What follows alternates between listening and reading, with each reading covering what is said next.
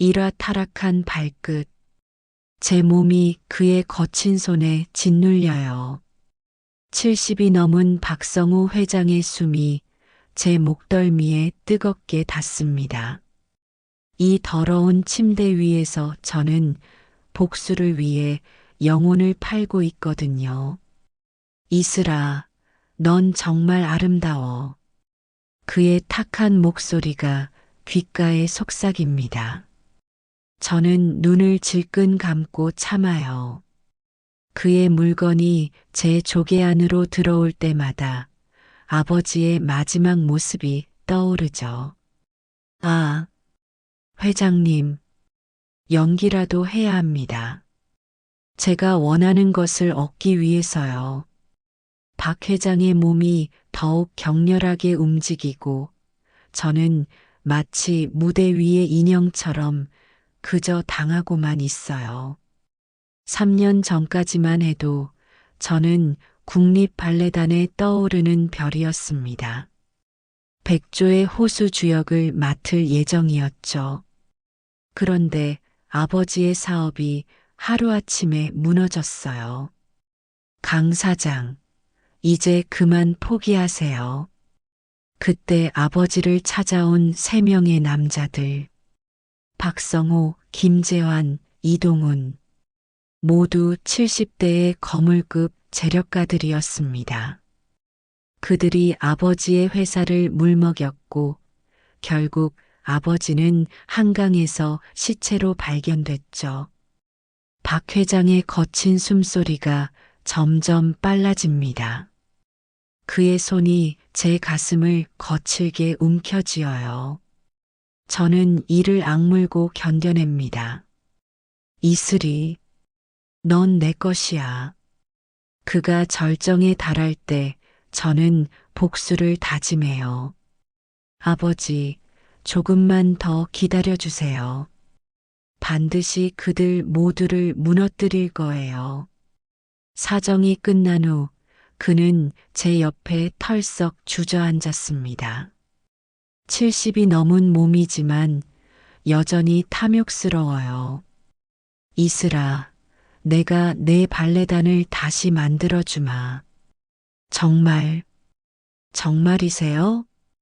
제 목소리에 애절함을 담아요. 그가 좋아하는 순진한 여자를 연기하는 거죠. 물론이지. 하지만 조건이 있어. 역시 공짜는 없군요. 저는 고개를 끄덕였습니다. 앞으로 넌 내 비밀 저택에서 살아야 해. 언제든 내가 부르면 달려와야 하고. 알겠습니다. 이렇게 제 복수가 시작됐어요. 박성호라는 늙은 짐승의 곁에서 정보를 캐내고 나머지 2놈의 약점을 파악하는 거죠. 저택으로 이사한 첫날 밤이었어요. 박 회장의 서재에서 우연히 발견한 서류들, 김재환과 이동훈의 연락처와 사업 관계도가 적혀 있었습니다. 역시 한 통속이었군요. 제 입에서 차가운 웃음이 나왔어요. 3년 전 아버지를 물먹인 그 음모의 전모가 서서히 드러나고 있었거든요. 다음 날 아침 박 회장이 출근한 사이 저는 그의 비서실에 전화를 걸었습니다. 안녕하세요. 회장님의 특별한 친구 강의슬이라고 하는데요. 비서는 당황스러워했지만 제 말을 들어줬어요. 저는 김재환과 이동훈을 만날 기회를 달라고 했습니다. 발레 공연을 기획하고 있는데 후원을 받고 싶어서요. 물론 거짓말이죠. 제 진짜 목적은 그들의 약점을 찾는 것이니까요. 그날 저녁 박 회장이 돌아왔을 때 저는 일부러 슬픈 표정을 지었어요. 회장님, 제가 너무 욕심이 많은 건가요? 왜 그런 말을 하지? 발레단을 다시 만들고 싶은데. 후원자가 더 필요할 것 같아서요. 박 회장의 눈이 번뜩였습니다. 질투심이 스멀스멀 올라오는 게 보여요. 다른 남자들을 만나겠다는 거냐? 아, 아니에요. 그냥 저는 일부러 당황한 척 했습니다. 그러자 그가 제 턱을 잡아 올렸어요. 이슬아, 넌 오직 나만 생각하면 돼. 알겠지? 네, 알겠어요. 하지만 제 마음속엔 복수의 불길이 활활 타오르고 있었습니다. 조금만 더 기다려요, 아버지. 제가 반드시 그들 모두를 지옥으로 보내드릴게요. 이화 감염무도회. 김재환을 처음 만난 건 청담동의 한 고급 레스토랑이었어요. 박 회장이 소개해준 자리였죠. 이 아이가 내가 말했던 발레리나야. 김재환은 70대 중반의 노인이었지만 눈빛만큼은 여전히 날카로웠습니다. 제 몸을 훑어보는 시선이 불쾌했어요. 호, 정말 아름답군요. 박 회장 취향이 확실해. 과찬이세요. 저는 그냥 춤추는 걸 좋아할 뿐이에요. 저는 일부러 수줍은 척 고개를 숙였습니다. 순진한 여자를 연기하는 거죠. 그런데 후원이 필요하다고? 네. 작은 발레단이라도 만들어 보고 싶어서요. 김재환의 입꼬리가 올라갔어요. 역겨운 미소였습니다. 그럼 내 개인 사무실로 와보지 그래요. 자세한 이야기를 나눠보자고. 박 회장의 표정이 살짝 굳었지만 아무 말 하지 않았어요. 아마 김재환과의 관계 때문일 거예요. 다음 날 저는 김재환의 사무실을 찾아갔습니다. 63빌딩 꼭대기 층에 있는 호화로운 공간이었어요. 앉으세요. 김재환은 제게 와인을 따라줬습니다. 70이 넘은 나이에도 여전히 여자를 탐하는 눈빛이 역겨웠어요. 이슬 씨, 후원은 공짜가 아니죠. 네, 알고 있어요. 그럼 뭘 줄 수 있나요? 그의 손이 제 허벅지에 올라왔어요. 저는 움찔했지만 참았습니다. 저는 박 회장만의 여자는 아니죠? 우리도 오랜 친구 사이인데. 김재환의 손이 점점 더 깊숙이 들어왔어요. 제 조개까지 닿을 뻔했죠. 잠깐만요. 이건 너무 싫으면 후원은 없어요. 선택하세요. 이 더러운 늙은이. 하지만 저는 복수를 위해 참아야 했어요. 알겠어요.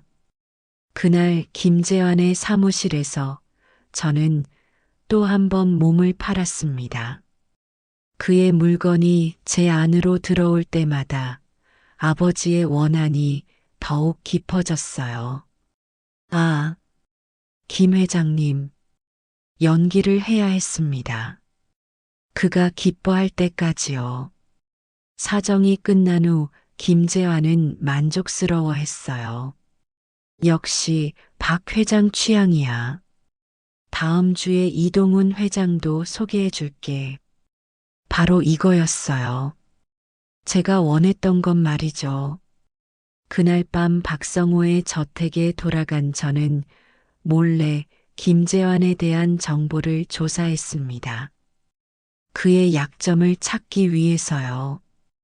인터넷 검색 결과 김재환은 20년 전 산업기밀 유출 사건에 연루된 적이 있었어요. 하지만 증거 부족으로 무혐의 처리됐죠. 수상한 구석이 많았습니다. 더 파보니 그의 둘째 아들이 몇 년 전 음주운전 사고를 냈는데도 언론에 보도되지 않았더군요. 역시 돈의 힘이에요. 이런 더러운 것들. 제 주먹이 절로 쥐어졌어요. 이런 놈들이 아버지를 죽였다는 생각에 분노가 치밀어 올랐습니다. 다음 날 아침 박 회장이 물어봤어요. 어제 김재환 회장과는 어땠어? 네, 좋았어요. 후원해 주기로 했어요. 그래, 다행이군. 하지만 그의 표정은 그리 기쁘지 않아 보였어요. 질투심 때문일까요? 회장님, 혹시 기분이 나쁘세요? 아니야. 그냥, 넌 내가 제일 좋지?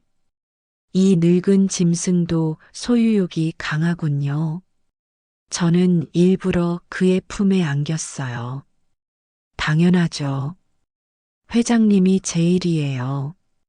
거짓말이지만 복수를 위해서라면 어떤 연기든 할 수 있어요. 그날 저녁 김재환에게서 연락이 왔습니다.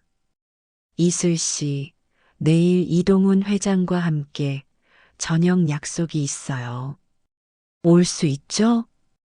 드디어군요. 마지막 한 명을 만날 시간이에요.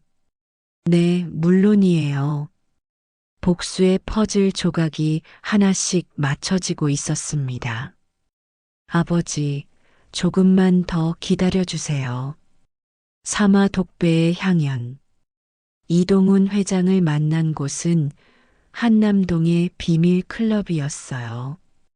일반인은 출입조차 할 수 없는 곳이죠. 김재환이 안내했습니다. 이동훈 회장, 소개합니다. 제가 말씀드린 발레리나 강이슬 씨예요. 이동훈은 3명 중 가장 나이가 많아 보였어요. 거의 80에 가깝죠. 하지만 눈빛만큼은 가장 음험했습니다. 아, 소문대로 정말 아름답군요. 그의 손이 제 어깨를 쓰다듬었어요.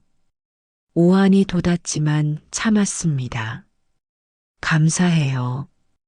이동훈 회장님도 후원해 주실 수 있나요? 후원? 물론이죠. 하지만 그 전에 실력을 좀 봐야겠는데 무슨 뜻인지 알 것 같았어요. 이 늙은이들은 모두 똑같거든요. 클럽 안쪽 VIP룸으로 들어갔을 때 저는 깨달았습니다. 여기서 제가 무엇을 해야 하는지 말이죠.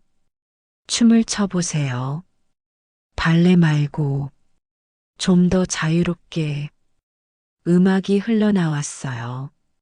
느린 재즈 선율이었습니다. 저는 천천히 몸을 움직이기 시작했어요. 박성우와 김재환, 이동훈.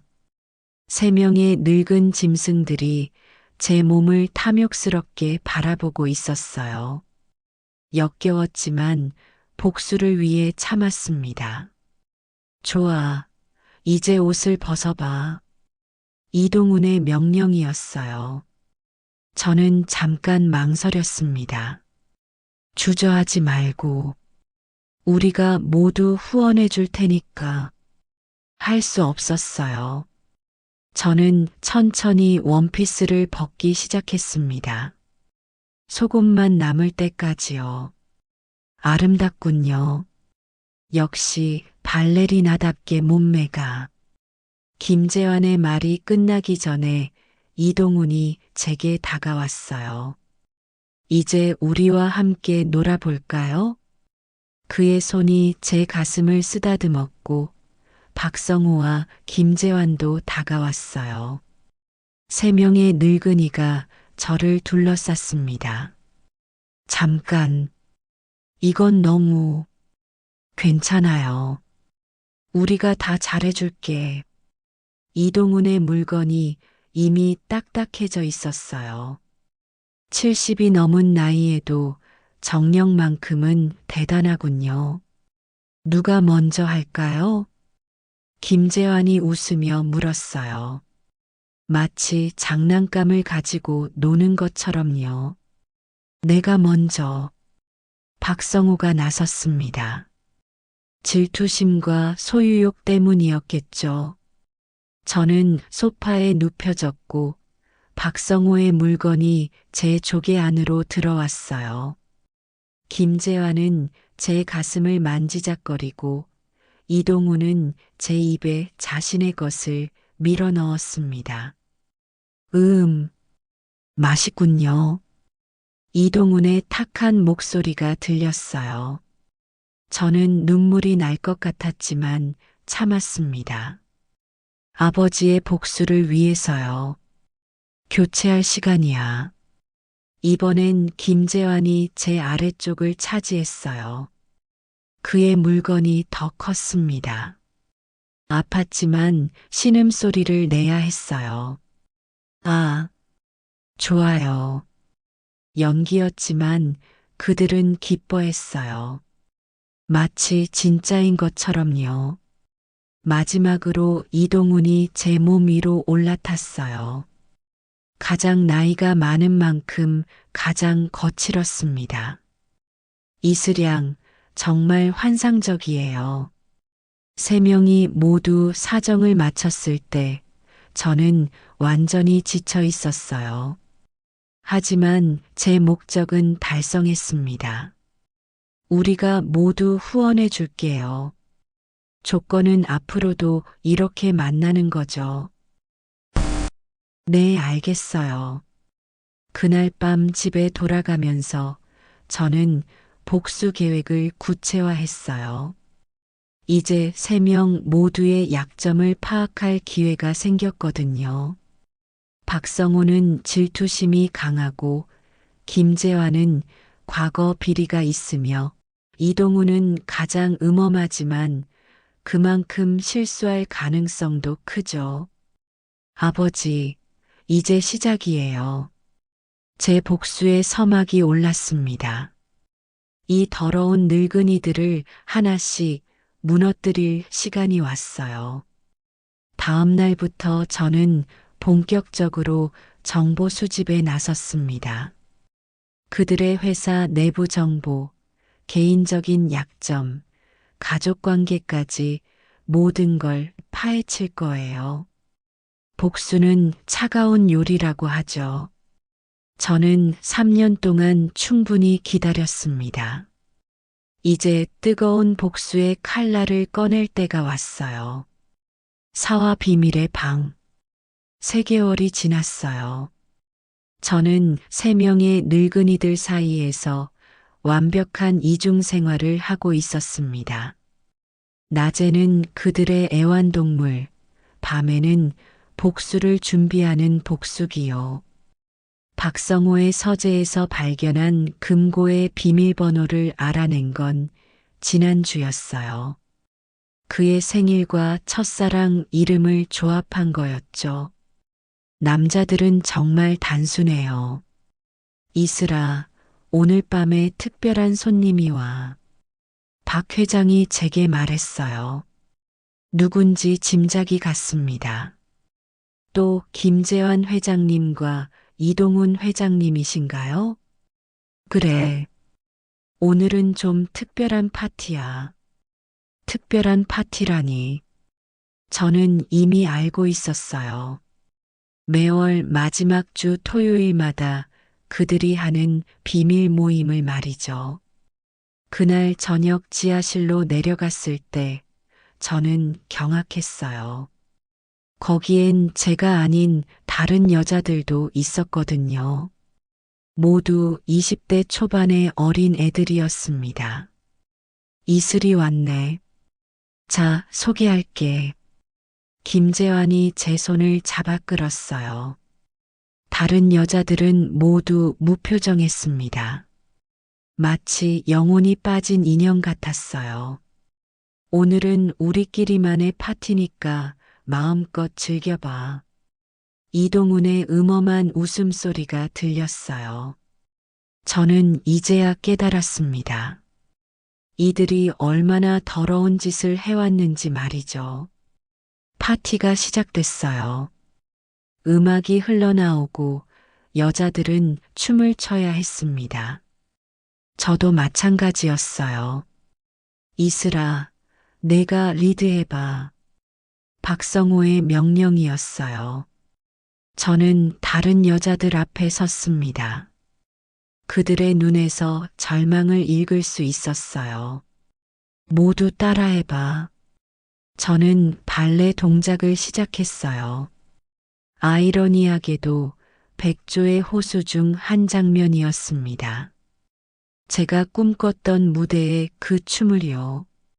여자들이 어설프게 따라했어요. 그들 중 일부는 눈물을 흘리고 있었습니다. 좋아, 이제 옷을 벗어. 이동훈의 명령이 떨어졌어요. 여자들은 기계적으로 옷을 벗기 시작했습니다. 저도 마찬가지였어요. 그날 밤 지하실에서 벌어진 일은 차마 말로 표현할 수 없어요. 3명의 늙은 짐승들이 어린 여자들을 어떻게 다뤘는지. 제 차례가 왔을 때 저는 박성우 위에 올라탔어요.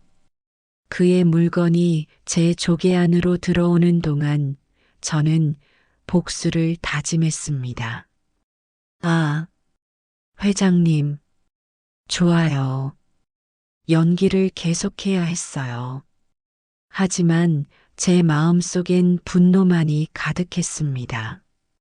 파티가 끝난 후 다른 여자들은 모두 돌아갔어요. 저만 남았죠. 3명의 늙은이들과 함께요. 이슬아, 넌 정말 특별해. 김재환이 제 볼을 쓰다듬었어요. 역겨웠지만 참았습니다. 우리가 내 발레단 얘기 진지하게 생각해 봤어. 박성호가 말했어요. 드디어 미끼를 물었군요. 하지만 조건이 있어. 앞으로 이런 파티에 정기적으로 참여해야 해. 네, 알겠어요. 그날 밤 집에 돌아간 후 저는 그들의 비밀 파티를 모두 녹화해뒀다는 걸 확인했어요. 제 핸드백에 숨겨둔 소형 카메라 덕분이죠. 이제 증거가 생겼네요. 하지만 이것만으론 부족해요. 더 결정적인 증거가 필요합니다. 아버지의 죽음과 연결될 수 있는 것 말이죠. 다음 날 저는 박성호의 금고를 열어봤어요. 그 안에는 놀라운 것들이 들어 있었습니다. 3년 전 아버지 회사를 인수할 때의 모든 서류들이요. 역시 계획적인 음모였군요. 서류들을 보니 그들이 어떻게 아버지를 함정에 빠뜨렸는지 한눈에 알 수 있었어요. 허위 정보로 투자를 유도하고 부도를 내게 만든 다음 헐값에 인수한 거였죠. 제 손이 떨렸어요. 분노 때문이 아니라 기쁨 때문이었습니다. 드디어 결정적인 증거를 찾았거든요. 5화 마지막 춤. 복수의 날이 다가왔어요. 저는 모든 준비를 마쳤습니다. 증거 수집부터 언론 접촉까지 완벽했죠. 하지만 그 전에 마지막으로 해야 할 일이 있었어요. 3명의 늙은이들에게 작별 인사를 하는 거였습니다. 이슬아, 오늘은 우리끼리만 조용히 보내자. 박성우가 제게 말했어요. 김재환과 이동훈도 함께였죠. 네, 좋아요. 저는 평소보다 더 요염한 옷을 입고 나타났어요. 빨간 드레스에 하이힐이었습니다. 마치 복수의 여신 같은 모습으로요. 와, 오늘 특별히 아름답네. 김재환의 감탄사가 들렸어요. 하지만 곧 그 입이 다물어질 거예요.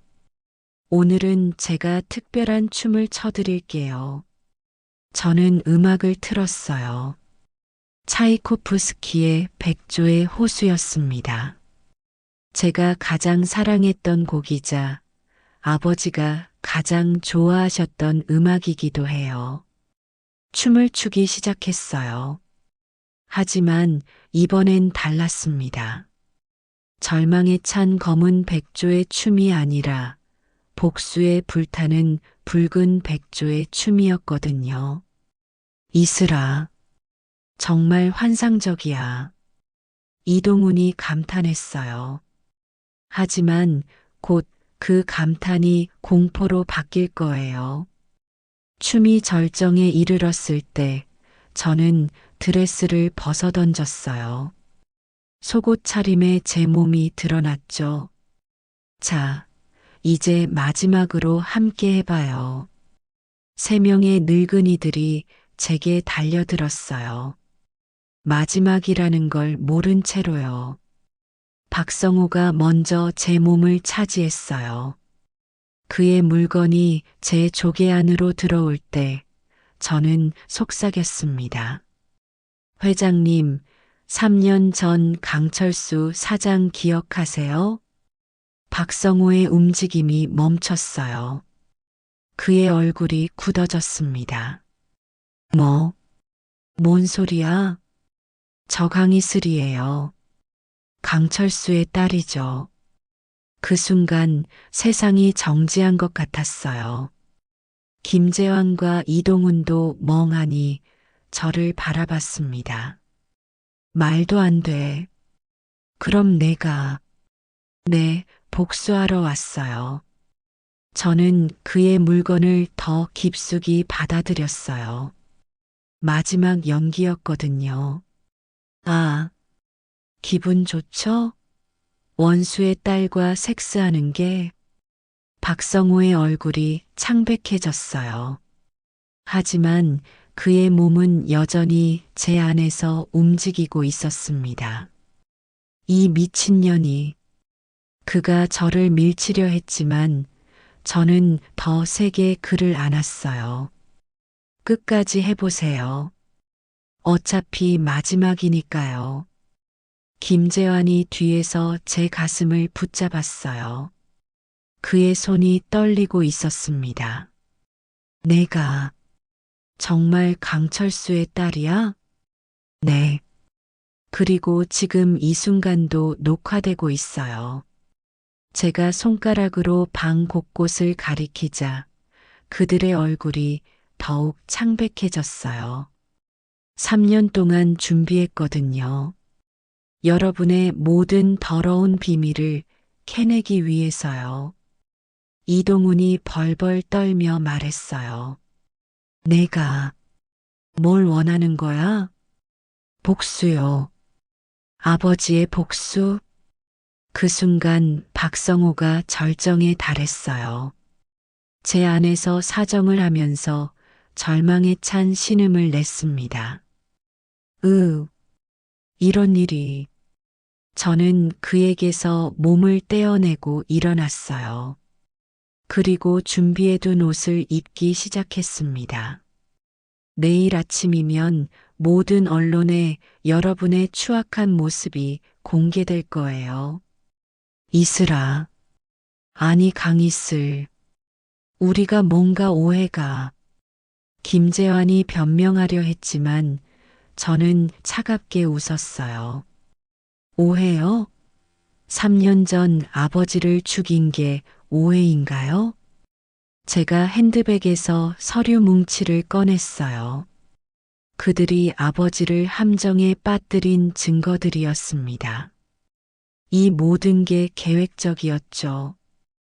허위 정보로 투자를 유도하고 의도적으로 부도를 내게 만든 다음 헐값에 회사를 인수하는 것까지. 3명의 얼굴이 재같이 변했어요. 드디어 자신들의 죄가 발각됐다는 걸 깨달은 거죠. 그리고 지하실의 그 추악한 파티들도 모두 녹화해뒀어요. 미성년자들과 함께한 것들까지 전부요. 이동훈이 주저앉았어요. 가장 나이가 많은 만큼 충격도 클 거예요. 제발, 용서해줘. 우리가 잘못했어. 용서요? 아버지가 한강에서 시체로 떠올랐을 때 용서를 구하셨나요? 제 목소리에 분노가 서렸어요.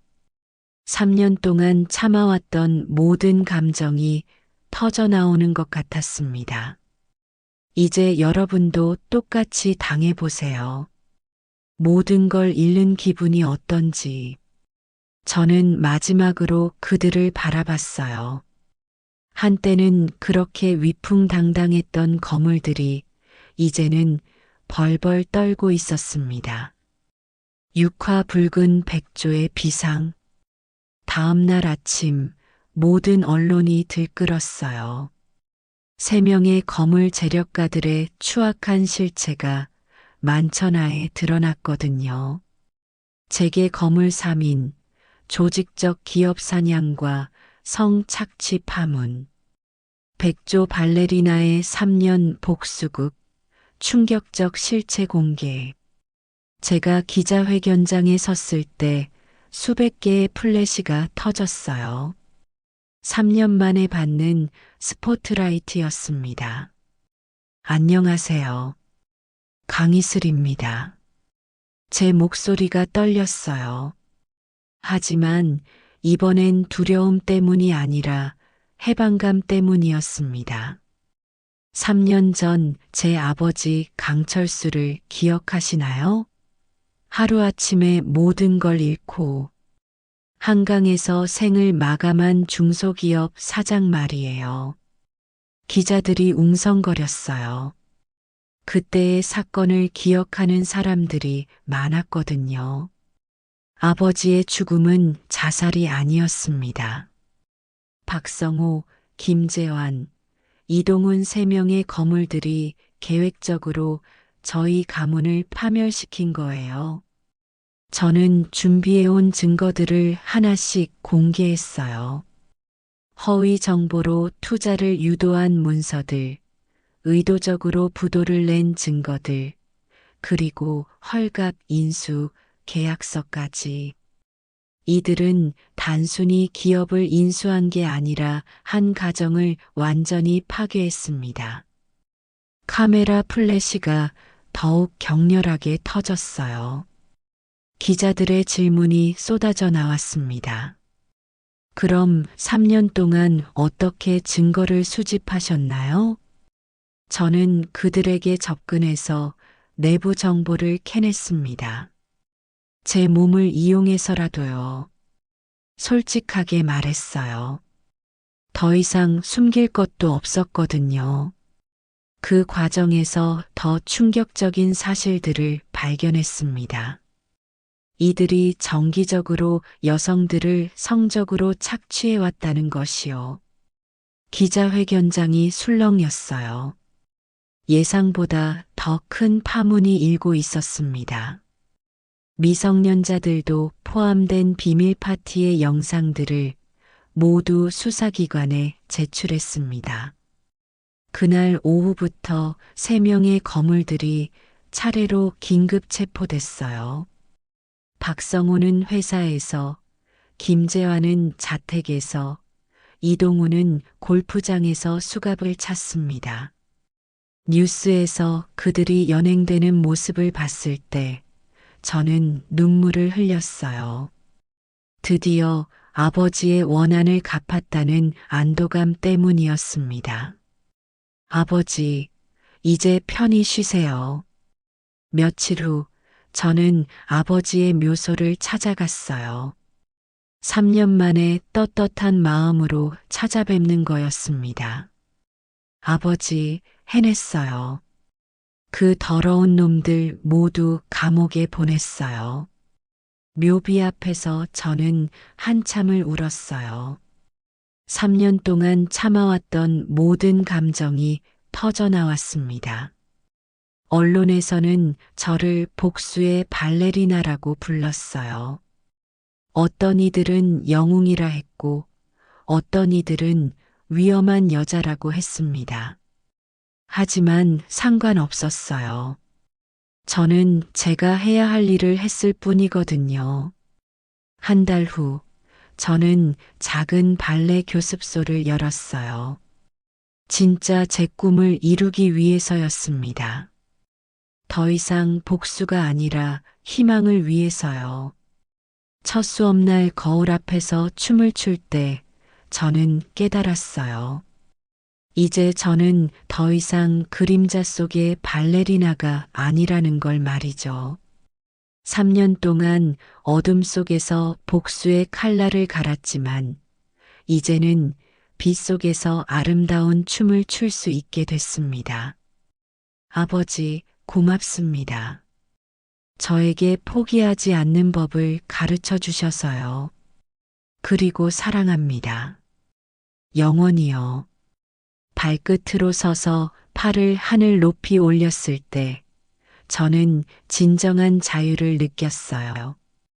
이제야 진짜 백조가 된 것 같았습니다. 복수는 끝났고 새로운 삶이 시작됐어요. 붉은 백조에서 하얀 백조로, 어둠에서 빛으로.